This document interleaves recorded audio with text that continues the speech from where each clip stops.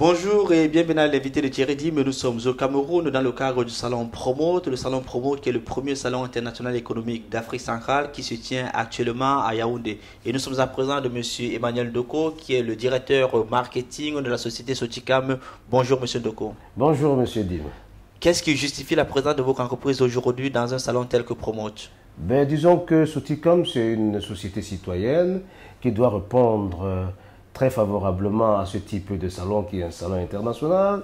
Nous sommes à Promote aujourd'hui pour présenter notre savoir-faire, pour créer une certaine sympathie vis-à-vis de nos consommateurs.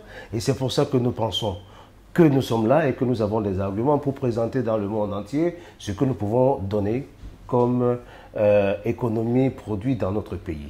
Alors, au niveau du Cameroun, Soticam est très bien connu. Même au niveau de quelques pays d'Afrique centrale, vous êtes également bien connu. Mais quels sont les atouts, par exemple, de Soticam? Les atouts, c'est la diversité de nos produits. Disons que nous sommes dans ce marché depuis 10 ans et que nous sommes dans un environnement très concurrentiel. On fait par exemple le yaourt au lait qui est notre marque leader dans l'agroalimentaire.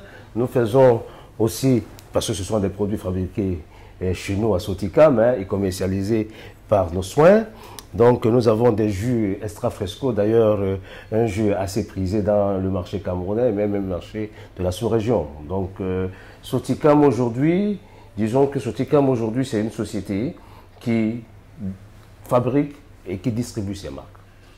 Alors, est-ce qu'il y a derrière quand même une ambition d'aller au-delà des frontières du Cameroun? Parce que je me dis, une entreprise telle que la vôtre, vous avez pratiquement près de 300 collaborateurs, vous existez depuis pratiquement 10 ans. Est-ce que vous ne voulez pas voir un peu plus loin que ça? C'est un processus normal d'une société qui a de l'ambition. Aujourd'hui, il y a 10 ans, on a travaillé en 2012, la société a commencé à distribuer ses marques. Aujourd'hui, nous avons des marques fortes avec une très forte notoriété sur le marché. Notre ambition est très claire.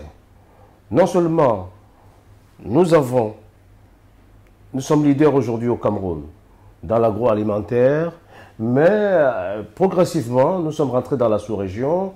On est en République démocratique du Congo. Notre société s'appelle Sotico.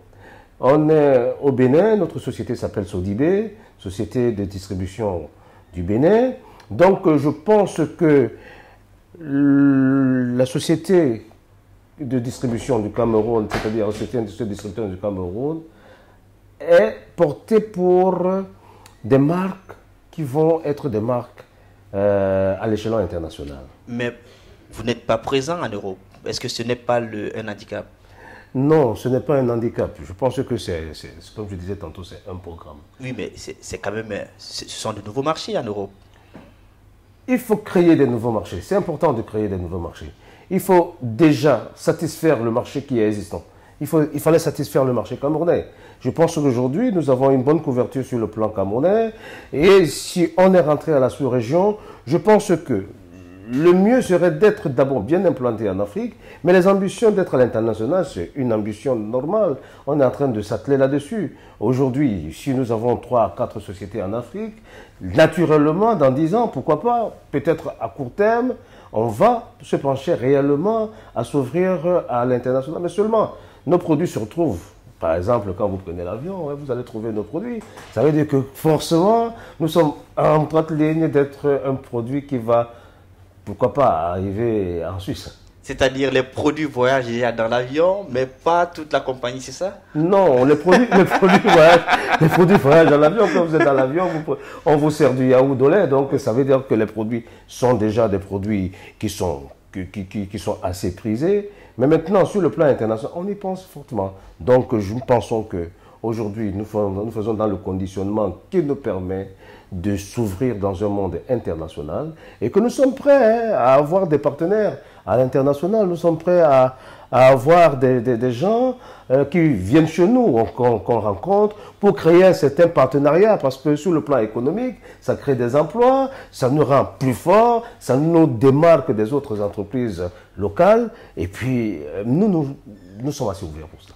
Alors, Parlons justement de partenariat parce que je pense qu'aujourd'hui également, que ce soit en Europe, que ce soit ici en Afrique, on a besoin d'avoir ce genre de partenariat qui puisse permettre aux entreprises peut-être d'ici, du sud, de s'exporter vers le nord, et les entreprises du nord de s'exporter vers le sud.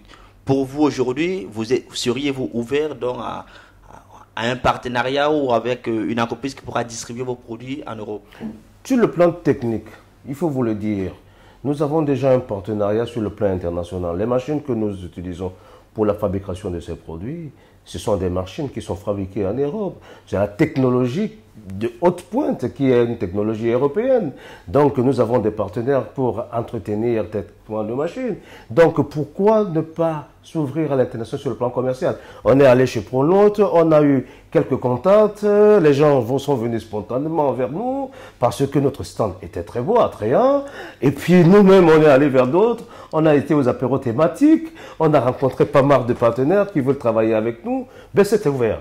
Je pense que cela nous donne beaucoup plus aujourd'hui des ambitions de dire ok, vous pouvez, parce qu'on a commencé il y a 10 ans. C'est pas facile. On a été là il y a 10 ans, dans un environnement très concurrentiel. Nous avons trouvé des gens qui sont là depuis 40 ans et qui distribuaient effectivement, mais de la force de vente que nous avons, de la politique que nous avons mis en place, de la stratégie sur le plan de l'implantation que nous avons mis en place, du dynamisme de la jeunesse que j'ai par rapport à mon équipe, que d'ailleurs vous me voyez, je suis encore jeune. Donc nous pouvons dire aujourd'hui que très sérieusement, nous pensons qu'on est tourné résolument à faire l'exportation de nos produits. Merci Monsieur Doko pour ces explications. Quant à vous, nous vous donnons rendez-vous très prochainement avec un nouvel invité. Au revoir.